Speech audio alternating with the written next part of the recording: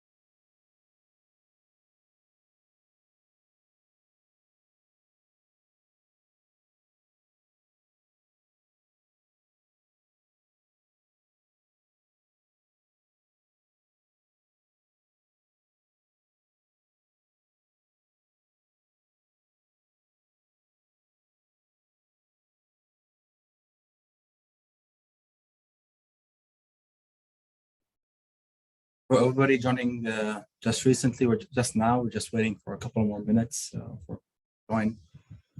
We'll start in 2 minutes.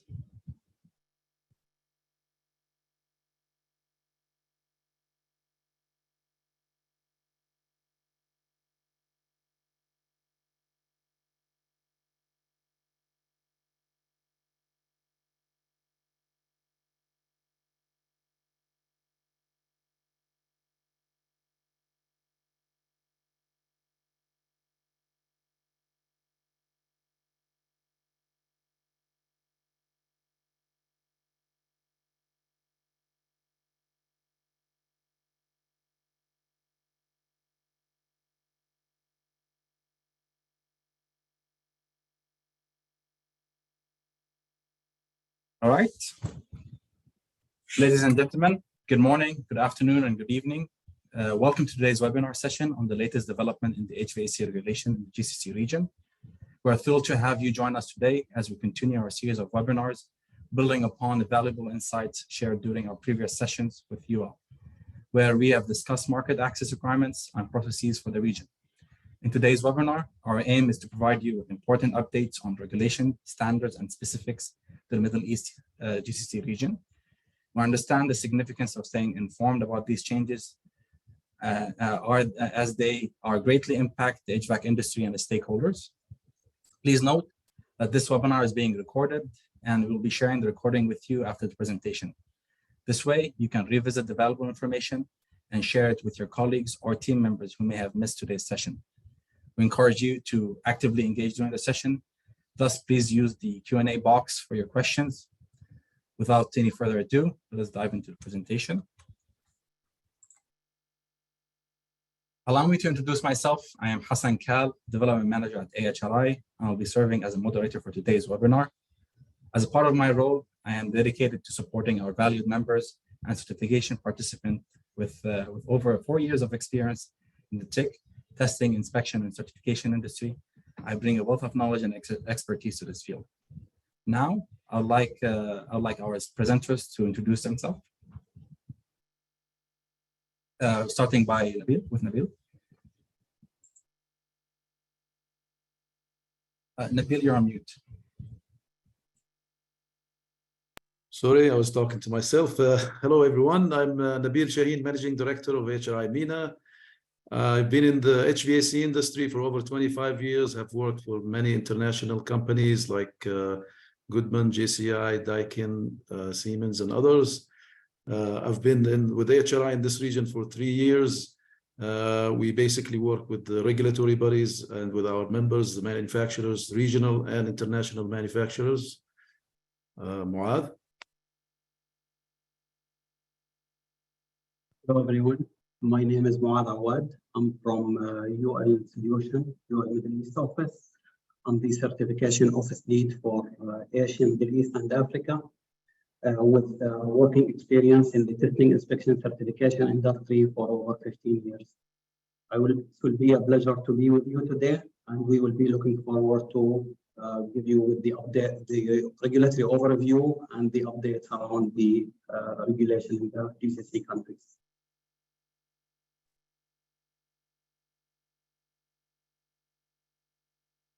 This is our agenda for today's webinar. We're going to start off with an introduction from AHRI, and then we'll hand it over to UL, where they'll introduce themselves and their role in the region in the HVAC industry.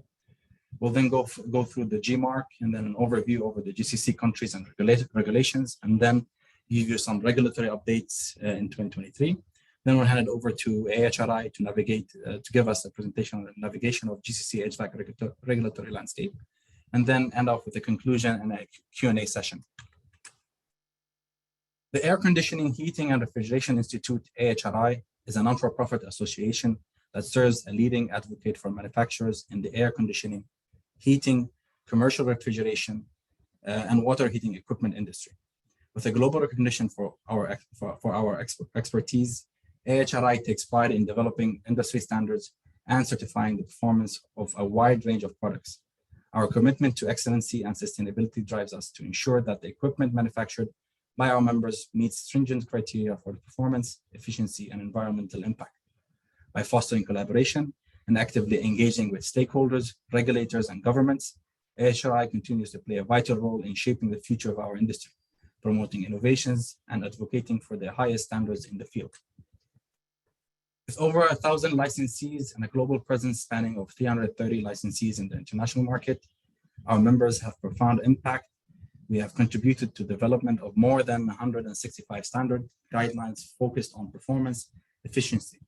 Notably, we have also spearheaded the creation of standards tailored to the high ambient regions, including the crucial high ambient temperatures T3 and T4 standards. These efforts underline our commitment to driving excellency and innovations in the industry while addressing the unique challenges and requirements of the Middle East and North Africa region. The AHRI directory has millions of products listed online, encompassing over 45 certification programs. As a testament to our commitment to quality and reliability, AHRI has earned esteemed recognition of being ranked as the #1 certification mark in the HVAC industry by the World Trade Organization.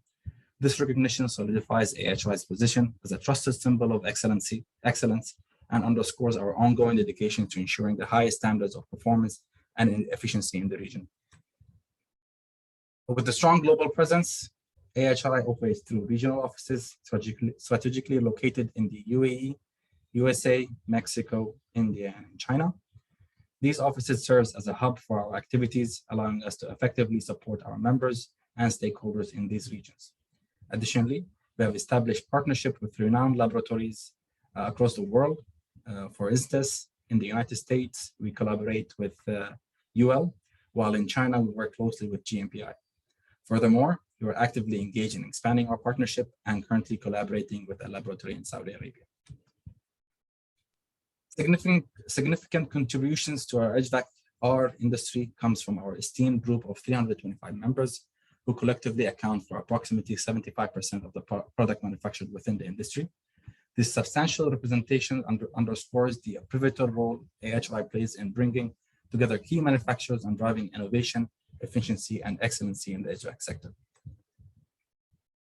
In addition to our primary activities, AHRI is involved in 4 other core areas that further strengthen our industry leadership. Firstly, AHRI organizes industry events, including the renowned AHR Expo, in collaboration with ASHRAE. This event stands as the largest gathering in the HVAC industry in the United States, offering a platform for networking, showcasing cutting-edge technologies, and fostering industrial-wide collaboration. Secondly, AHRI is actively engaged in training and certification initiatives. For example, NATE, which provides technicians a certification. This ensures high standards of competency and professionalism. Thirdly, AHRI collaborates with regulatory bodies to develop and implement industry standards. In the United States, we work closely with the Department of Energy, DOE, while in the region, we have strong relationship with entities such as SASO, GSO, and MOAC, among others. Lastly, AHRI research arm, known as the AHRTI, conducted extensive research and studies on refrigerant transitions, addressing the evolving needs of the industry. Through our research initiatives, we aim to advance knowledge, explore and innovate technologies, and provide valuable insights that inform industry practices and policies. By actively participating in these core activities, AHRI demonstrates its commitment to driving industrial progress, fostering collaborations, and leading the way in technology investment, training regulations, and research within the HVACR sector. Next, I will hand it over to Muad Awad, who will take you through his slides and delve deeper into the subject matter. Muad? Thank you, Hassan. It will be a pleasure to speak about the regulations in the GCC countries. We'll start with UL solution role in GCC for the HVAC industry. Next slide. So UL services for the HVAC products covers the testing and certification, and that includes the product safety, energy efficiency, performance, and reliability testing, covering the different regulations by the GCC countries in place. Next slide, please. With a network of 90 laboratories distributed distributed globally in different regions, different countries around the world, UL capability covers the testing needed by the manufacturers to access the GCC country. Next slide, please. UL, in the screen, you will see the network of the laboratory locations for UL in the different continents and different regions around the world. Next slide, please. For GCC region or for GCC countries, UL have a list of notified bodies and approved testing laboratories for the energy efficiency. In USA, our office is notified by GSO and by SASO, and also we have locations that are approved for the SASO energy efficiency. In Denmark, our office in Denmark is notified for GSO, Oman, and Bahrain schemes. UL Italy is also notified by SASO, and also we have testing laboratories approved for the Saudi energy efficiency program. UL Middle East office is notified for UAE program and for Saudi Arabia program by SASO, and also in Thailand we have a testing laboratory approved for Saudi Arabia, and while in China our office is approved for the SASO program, the Salim program, and also we have locations approved for the energy efficiency program in Saudi Arabia. Next slide, please. With this, we will speak about the first component of the regulation in the GCC country, which is the Gulf Conformity Marking, or the GCC Conformity Scheme. This is the regional scheme that is implemented across the GCC countries or the member countries with GSO. Next slide, please, Hassan. Speaking first about the GCC countries, the GCC countries consist of the 6 countries in the Gulf area, which is Bahrain, Kuwait, Oman, Qatar, Saudi Arabia, and UAE, while Yemen is part of the Gulf or GCC Standardization Organization, GSO. Next slide, please. Taking on the first component of the regulation in the GCC countries is the GCC regulation, which is mainly the Gulf Conformity Marking, with a main purpose by GSO, which was established in 2002, and where Yemen joined the GSO organization in 2009. The main purpose of GSO is to promote the regional economic strategy policies and reduce technical barriers and facilitate the free movement of products within the GCC member countries. And in addition to the GMARC program, there is national certification schemes implemented in new countries such as Oman. Next, please. The GMARC program is the conformity marking required for the GSO member countries. Speaking for the HVAC products, we are talking about the technical regulation and low voltage electrical equipment and appliances. This regulation requires certification for a list of products that are considered in scope of this regulation, which we will speak about in the next slide, please, Hassan. So the scope of the GMARC program for low voltage equipment and specifically for the HVAC industry include the refrigerator for household use, water heater also for household use, and the air conditioners. Those products you see on the screen is considered based on the Gulf regulation LVE, or the technical regulation for low voltage equipment, is the list 2 products currently.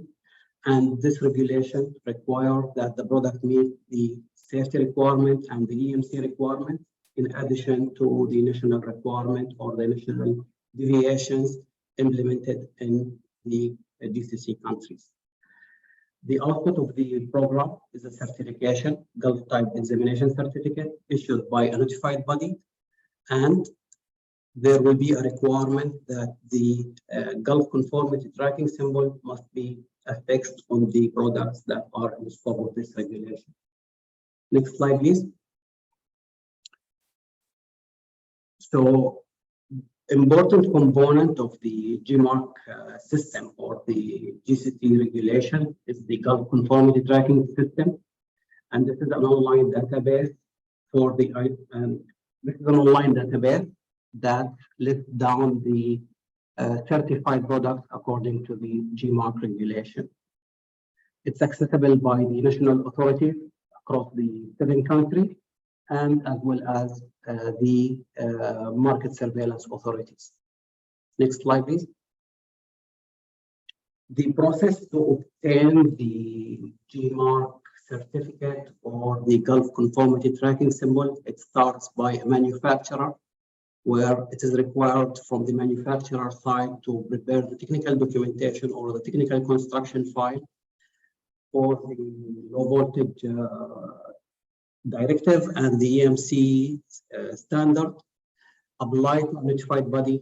The notified body shall perform the evaluation needed to ensure that the product and the technical documentation complies with the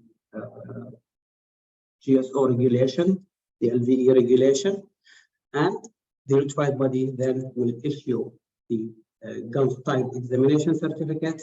And the last step of the process would be to register the certificate in the GCTS platform. With an additional component for Saudi Arabia, for example, is to ensure the registration of the Saudi importer under the GCTS system. Next slide, please.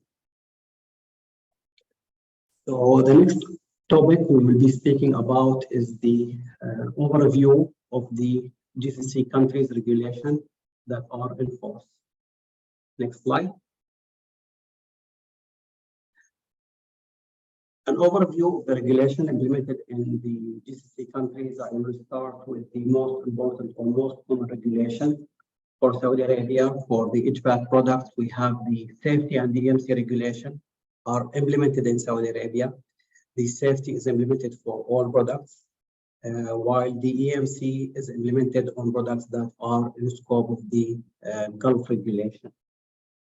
Saudi Arabia also have a requirement for the restriction of hazard substances, or there is a technical regulation for the restriction of hazard substances. Energy efficiency is implemented in Saudi Arabia for a wide range of products. Currently, there are 9 product categories included from the HVAC industry. It covers the water heater, household refrigerators, and the air conditioners, whether they are with small capacity or large capacity air conditioners. Saudi Arabia also has a national scheme which requires a pre-shipment approval, where each shipment exported to Saudi Arabia must obtain a shipment certificate to get the market access or to enter the Saudi market. For UAE, we have a national scheme also, which is the Emirates Conformity Assessment Scheme, ECAS, or the Emirates Quality Mark Program. Both schemes also adopt the GCC regulation or the GSO regulation. And speaking of in terms of the requirement for UAE, there is a requirement for safety implemented on the products in scope of the regulation, while the EMC regulation is implemented as part of the GSO LVE regulation. Also in UAE, the ROHS is implemented across on the products for the HVAC products require also ROHS certification.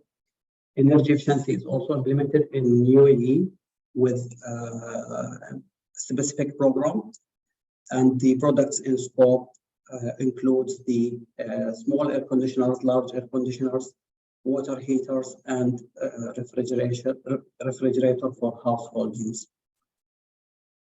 For the state of Kuwait, Kuwait also adopts the GSO regulations, and the GMARC regulation for the LVE product is implemented and required in Kuwait. And Kuwait also implements a program which is called the Kuwait Conformity Assurance Scheme, (KUCAS). With this program, products are required to obtain a technical evaluation report, and for the shipment, there will be a requirement to obtain a technical inspection report for the shipment. Kuwait do implement an energy efficiency program through the Public Authority for Industry, and this is implemented at the moment on small capacity air conditioner. Next slide, please. In the Kingdom of Bahrain, also the GMARC regulation is implemented and recognized and accepted. Therefore, the safety requirement for the GMARC regulation is enforced in the Kingdom of Bahrain, and the EMC regulation also as part of the GMARC regulation or the GSO regulations is enforced on the products in scope of the LVE regulation or the GMARC regulation for low voltage equipment. Bahrain do implement an energy efficiency program currently implemented on small capacity air conditioners. The Sultanate of Oman also, similarly to Bahrain, similar scheme is enforced where the GMARC regulation is recognized, and the safety requirement and the EMC requirement of the GMARC regulation is implemented on the HVAC products. Additionally, Oman also implements an energy efficiency program. Currently, it's enforced on small capacity air conditioners. And recently, Oman also started a new scheme, national scheme, which is the Oman Type Examination Certificate Scheme. This program currently implemented on products that are out of the HVAC industry on household appliances, but not into the HVAC industry. For the state of Qatar, also, state of Qatar do implement the Gulf Type Examination Certification Scheme or the GSO regulation for the low voltage equipment. Therefore, the safety and EMC requirements are enforced in Qatar. And Qatar do implement an energy efficiency program at the moment, and also it is implemented on small capacity air conditioners. For Republic of Yemen, they do recognize also the Gulf Type Examination Certificate. Therefore, the safety requirement and the EMC requirement are implemented on the products in scope of the GSO LVE regulation. Next slide, please.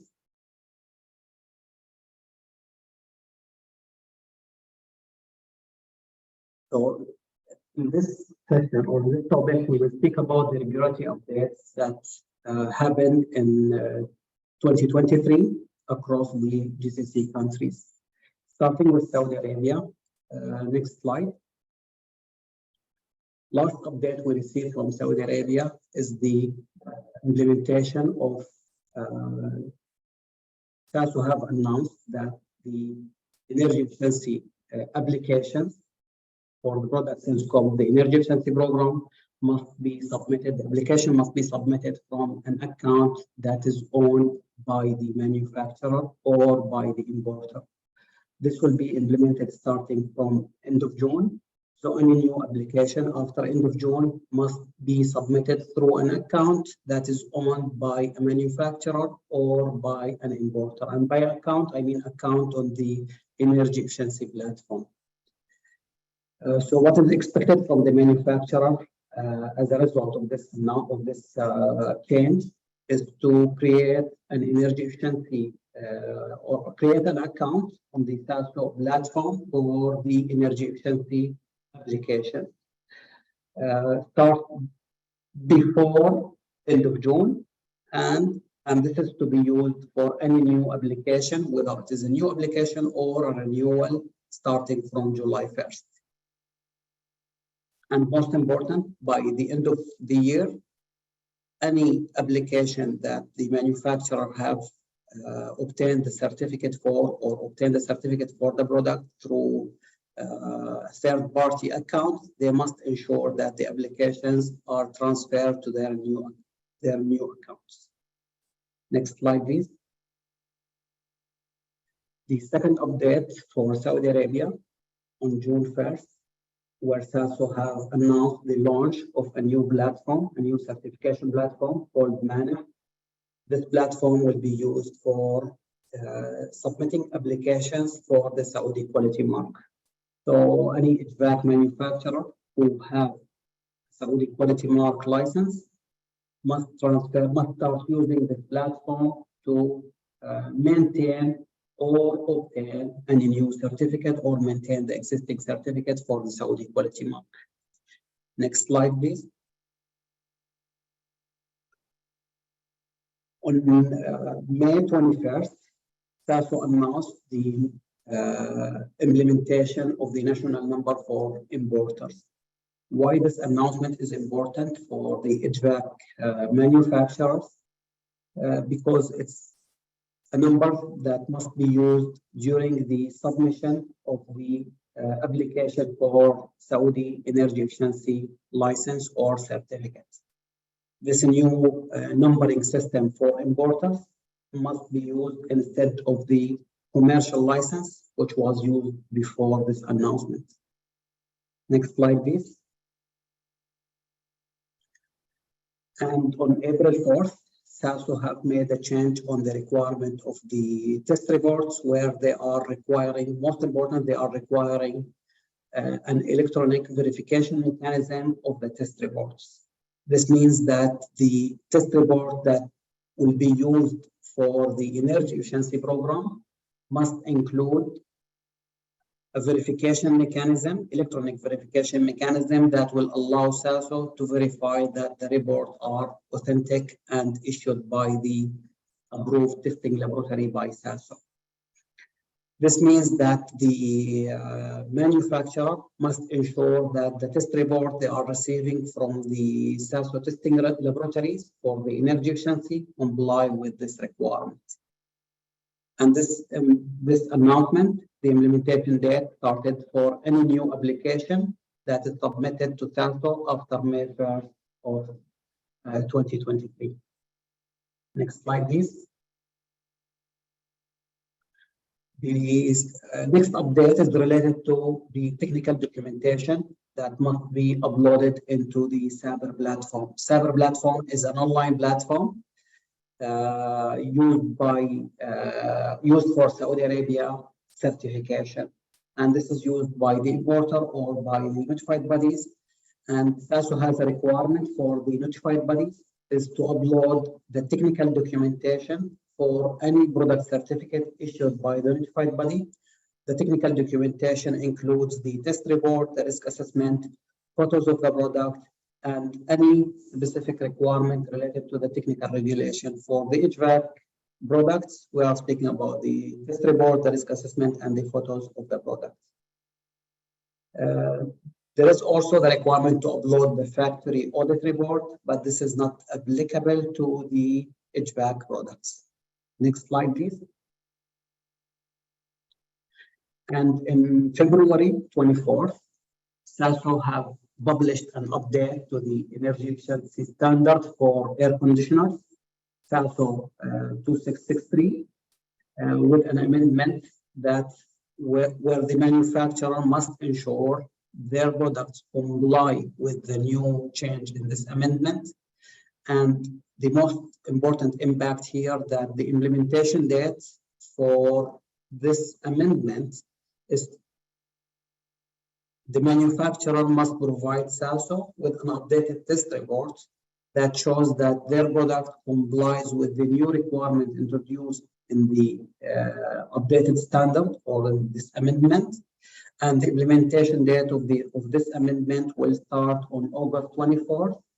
And if the manufacturer do not provide SASO with the revised technical documentation or technical requirements as required by the amendment, the application will be cancelled or the certificate will be cancelled. The energy efficiency certificate will be cancelled. Next slide, please. And additionally, by the end of last year, basically, SASO have announced the following changes that will be implemented starting from January 1st this year, already started by January 1st of this year, where the submission of declaration for the functional requirement related to cooling and heating performance will be terminated. The manufacturer must provide test reports that shows the compliance of the functional requirement for the performance of the air conditioners. The second part of the announcement that the rated cooling capacity and rated cooling power at full and half capacity shall be included in the test report as applicable. And finally, the declaration of the compressor stages according to the standard clause 3.2, it also shall be included in the test report. Next slide, please. So now we will speak about the regulatory updates in United Arab Emirates that took place in 2023. Next slide.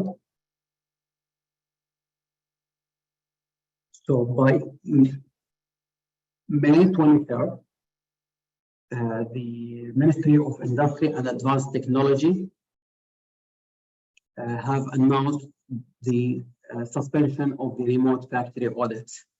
And this is important for the water heater manufacturers because water heater manufacturers do require factory audit, and therefore the physical audit must take place at the production location to obtain the certificate or maintain the Emirates Quality Mark license for the product in scope. Next slide, please. And also in April 17th, MOIAT have updated the certification criteria for commercial air conditioners, and mainly the main update that the certificate can include up to 3 models instead of 1 model like before. Next slide, please.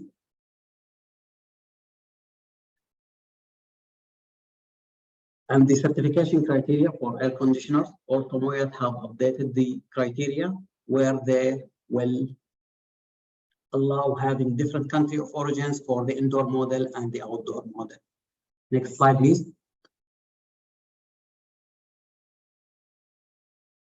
And also they have updated the certification criteria for the ROHS, where they are allowing multiple factories to be included in the certificate. Next slide, please.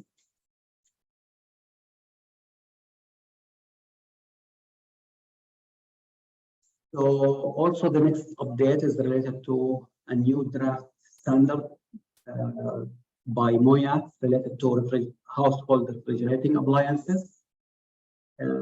This is an update to the UAE standard, UAE.S 5010-3 of 2022, which was circulated and implemented in October. However, it was put on hold at the start of January this year.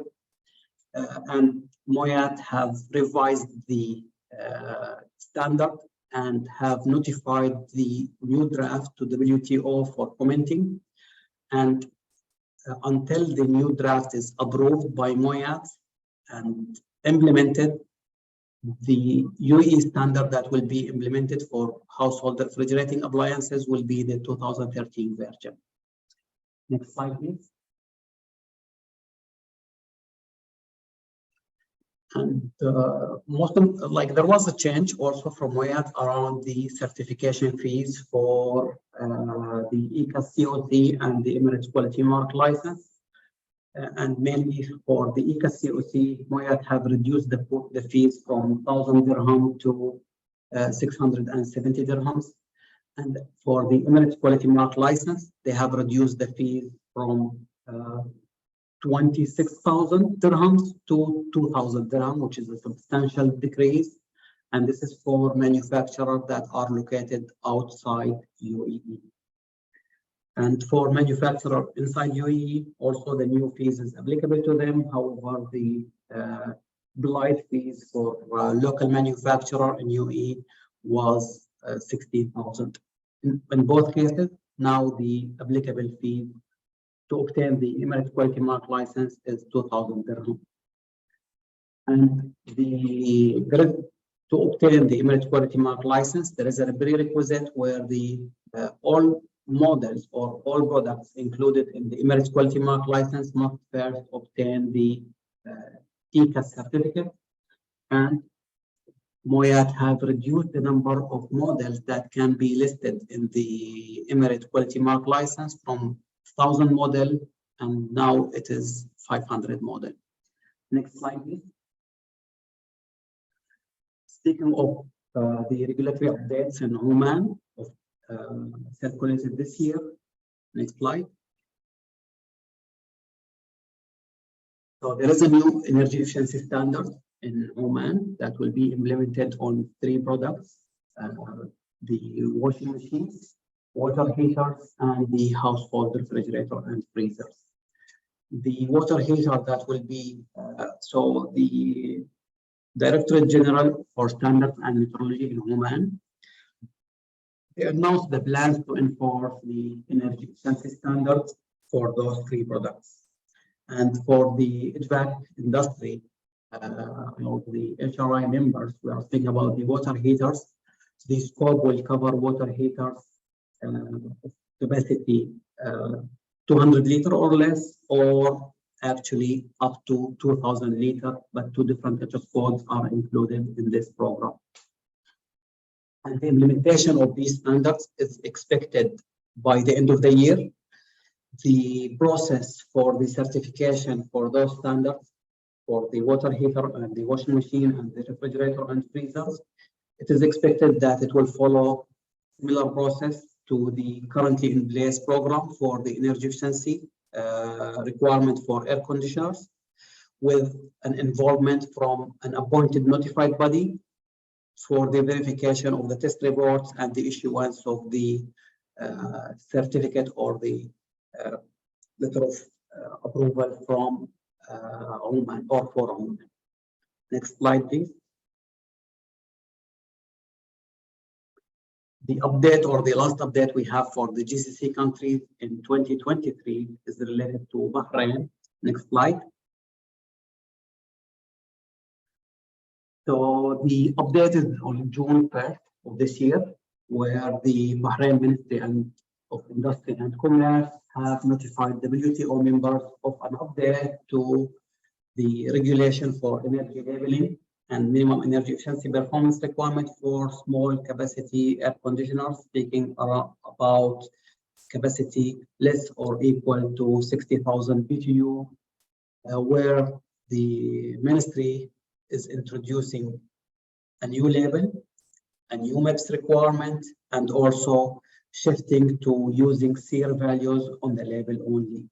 The scope of the regulation do cover the split type air conditioner and heat pumps, single package window type air conditioners, ducted or non-ducted, also the heat pumps using electric resistance heater. After the publication and after the approval of the regulation, it's expected the notification also states that there will be a transition period that will be given to the manufacturer and the stakeholders of 18 months to comply with the new requirements of this new regulation for air conditioners. Next slide.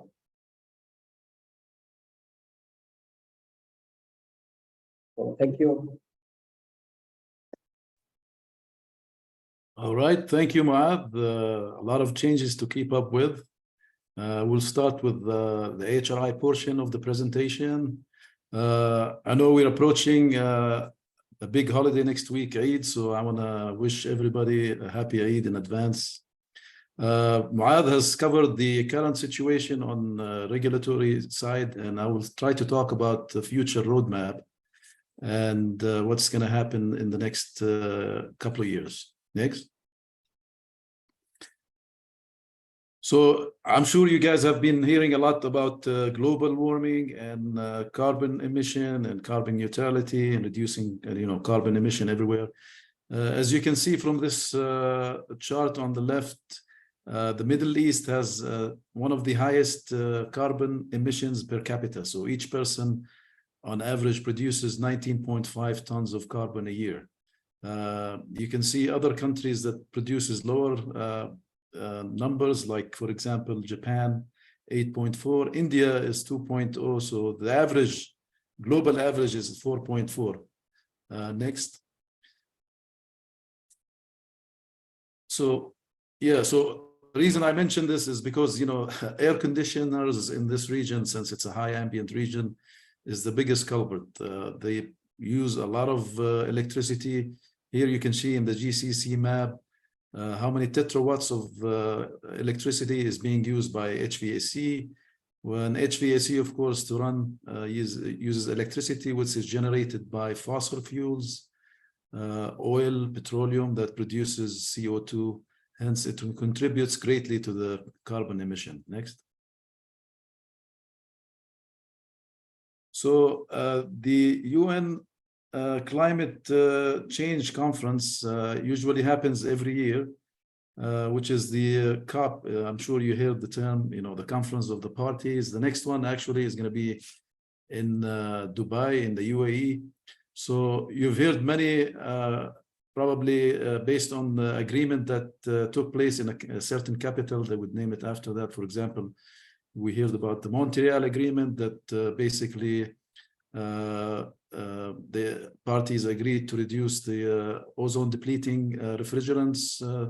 And then we have also the Kigali Amendment of the Montreal Agreement, which basically,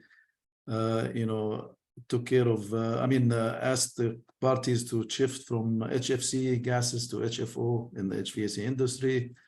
And we have, also the Kyoto, which basically started in 1997.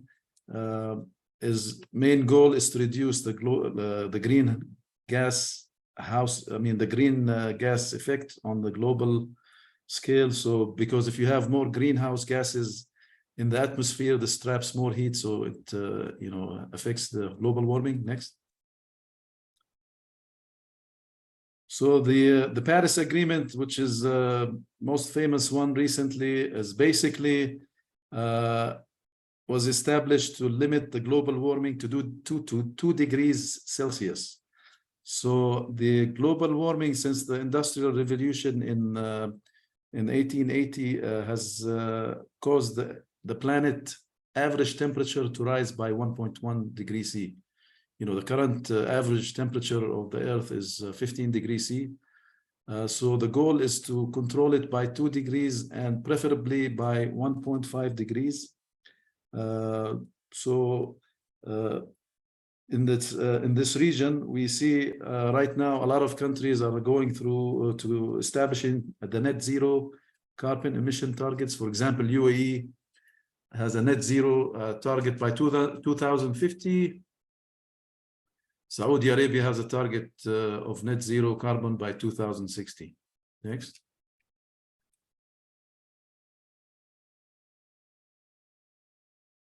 So how do we measure energy efficiency of HVAC equipment? Because this is, it's very critical to know the energy efficiency of the equipment that we use in this region, because the more efficient, the less consumption, the less CO2 emission. So the current way that everybody is accustomed to here is energy efficiency ratio, or EER, which measures the efficiency of HVAC at one point or temperature point, like 35 degrees C or 46 degrees C. The more advanced way is measuring the efficiency of an equipment at every temperature that the unit runs.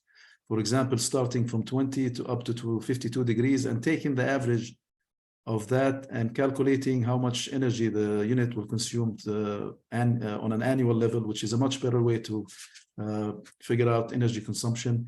And for commercial units, you hear probably terms like integrated energy efficiency ratio, because we have to take into consideration other factors like the building load and characteristics. Next.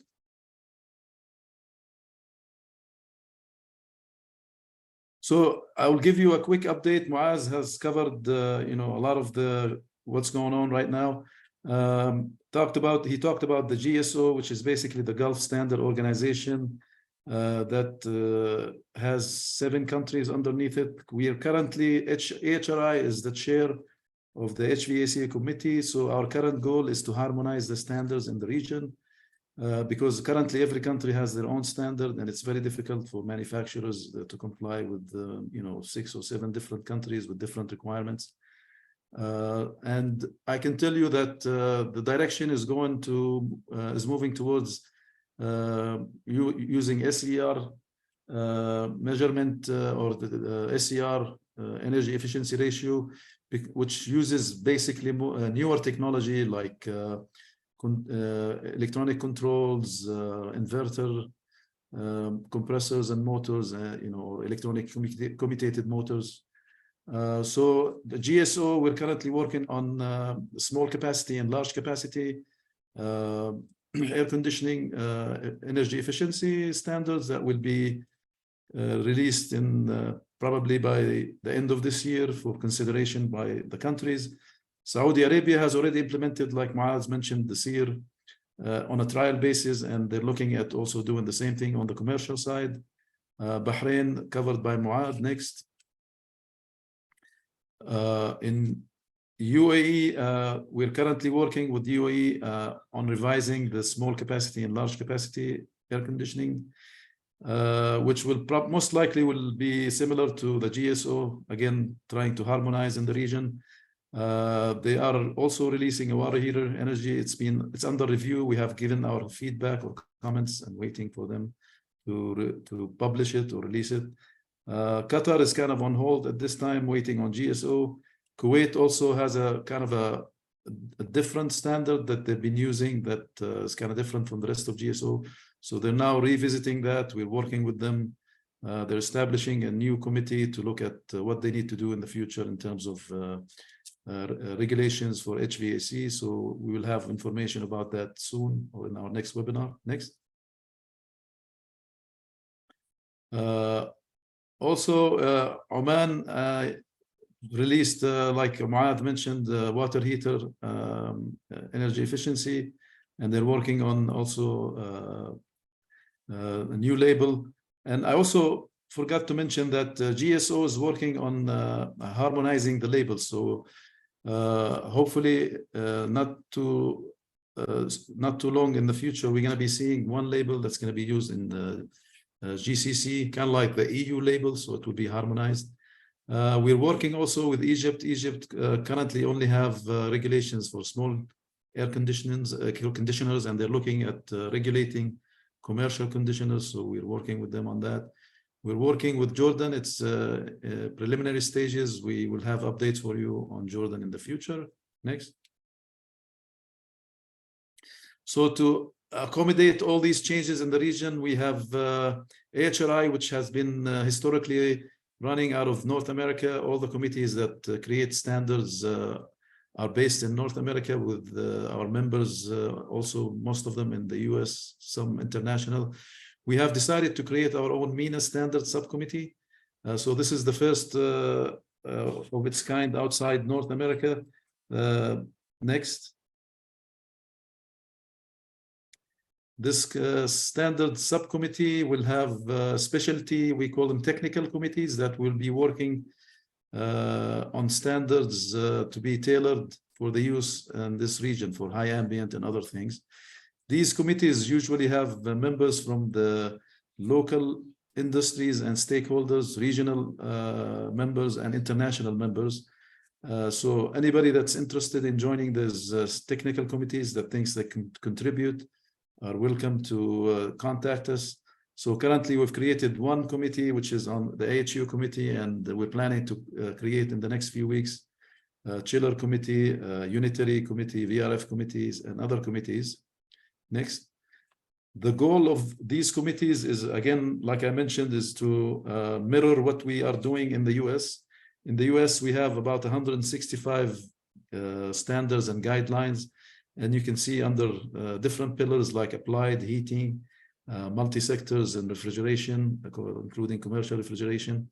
So the MENA will be kind of mimicking what we do in the US, but for standards that will end up being used in specifically for this region and adopted by regional regulatory bodies. Next.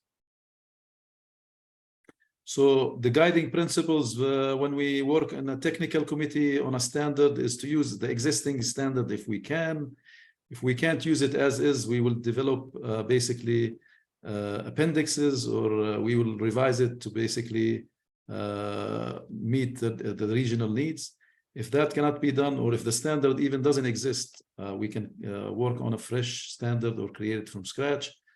Next, and we also have to basically make sure that we align with the ANSI and HRI standard development processes. ANSI is the American National Standard Institute. Next.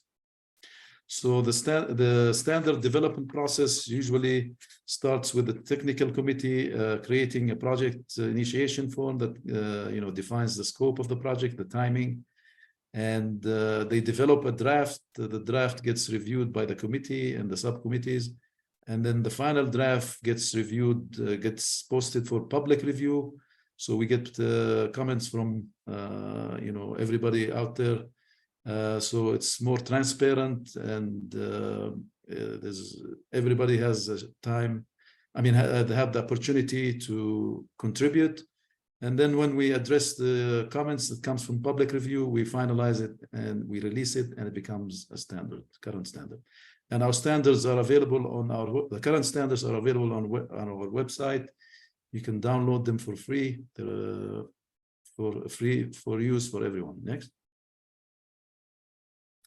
Again, we are focusing on the high ambient region. As you can see, we live in the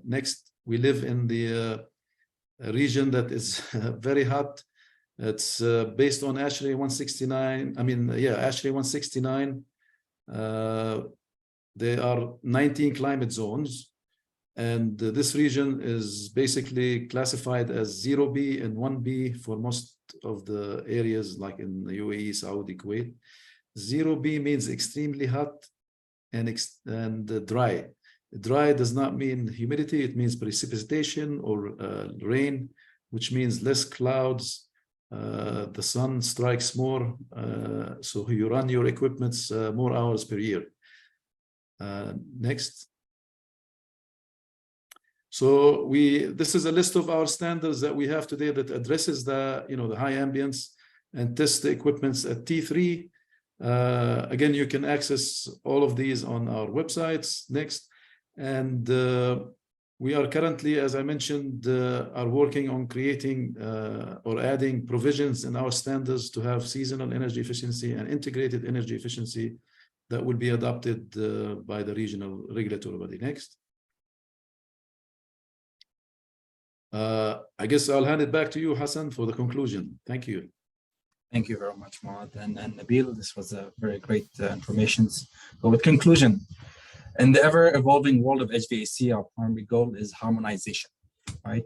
With the emergence of new technologies, increasing refrigeration restrictions, and continuous updates in minimum energy performance standards and regulations, it is crucial for manufacturers to stay updated and proactive. The GCC region has specific requirements and standards for the HVAC systems, making it essential for manufacturers to actively participate in creation and development of industry standards with a focus on harmonization.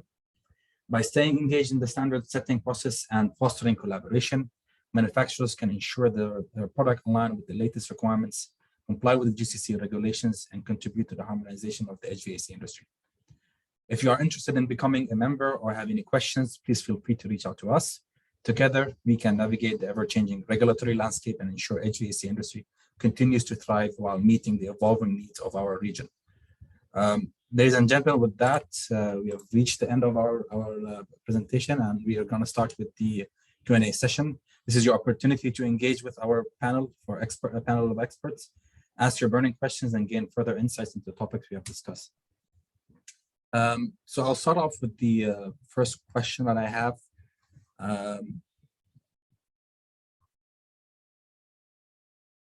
This is to you, Nabil.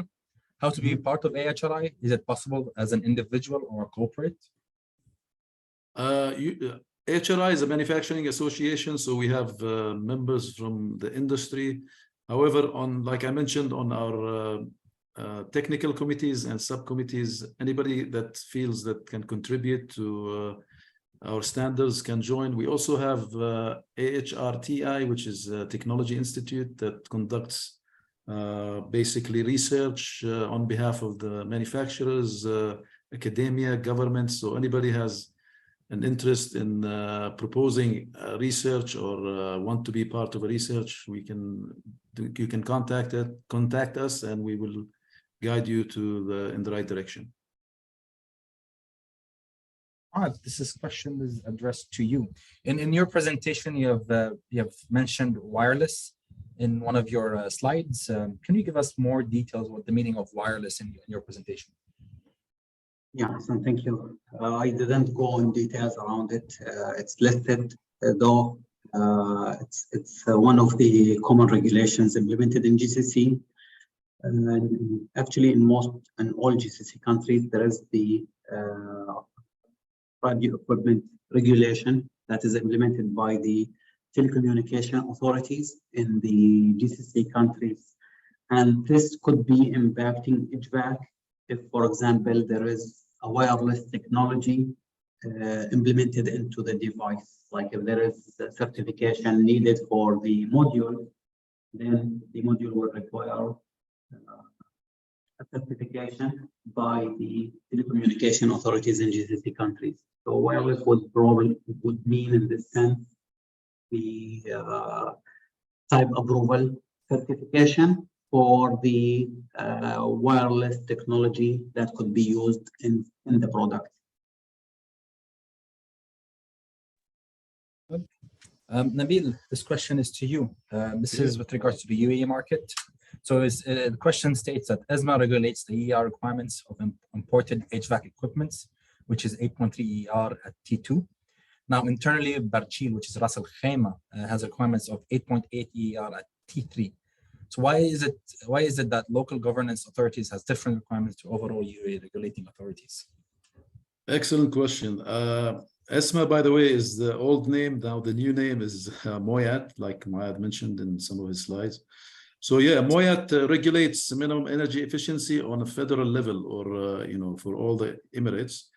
But that doesn't mean that you can't have some localities or municipalities require higher standards, because a lot of these local municipalities like Ras Al Khaimah, Iraq, or maybe, for example, in Abu Dhabi and the Dubai municipality, they can go above and beyond because they want to have stricter requirements. So they usually follow ASHRAE 90.1, which has higher levels of minimum energy efficiency.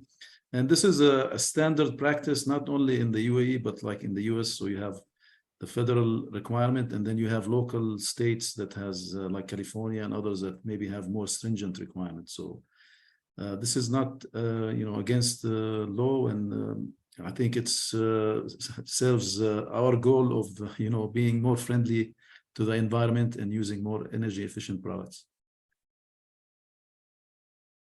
Rod, question to you. So how do you show that products are ROHS compliant? And what would be a general statement from each supplier? Or do you need to provide a test reports for all of the products? This depends actually on the country. So if we are speaking about UAE has a requirement of certification. So the manufacturer must obtain a certificate from one of the notified bodies in UAE. And to obtain the certificate, they would require to provide test report or technical documentation, which also include the ROHS test reports for the product or a selection of very critical components. There is a choice by the manufacturer. do full testing or three critical component testing, supported with full technical documentation for the RHS, and then they need to obtain the UAE MOIAC ECAS certificate of conformity. For Saudi Arabia, I would say the process is identical, except the output or the requirement to demonstrate compliance with ROHS for Saudi Arabia. There is an option of self-declaration. So the manufacturer they need to do the technical documentation. They need to choose the testing path, whether a full product testing or three critical component testing. And then they can decide whether to go for certification or a self-declaration. A self-declaration in this sense is enough for Saudi Arabia. So for UAE, certification; for Saudi Arabia, certification or self-declaration. Both must be supported with the right technical documentation for our watches. Last question is, SASO 2874, is it going to be revised, and by when? So the last time 2874 was revised was 2016. So SASO is currently considering revising the standard. They have created a committee. We have had one meeting with SASO to discuss. They're looking into the options of what to revise in the standard that has not been defined or yet. So I'm assuming maybe in the next year, we'll be starting to see more information on this subject. So I would say not anytime soon or this year, but maybe next year we'll have a revision. But basically, it's going to follow their initial revision on the smaller size standard, which is SASO 2663, where they went into more stricter energy efficiency requirements and introduce seasonal energy efficiency. So it would most likely follow the same path, but it will take maybe a few more months or time. Maybe it will be implemented sometimes maybe next year. Thank you, Nabil. Due to the time constraint, we'll have to end the webinar. However, please rest assured that your question that has been asked that not answered will be answered by email. Feel free to reach out to us by our email, mina@ahrinet.org, or you can go through our website to find more information through www.ahrinet.org. Thank you very much for attending, and have a good day.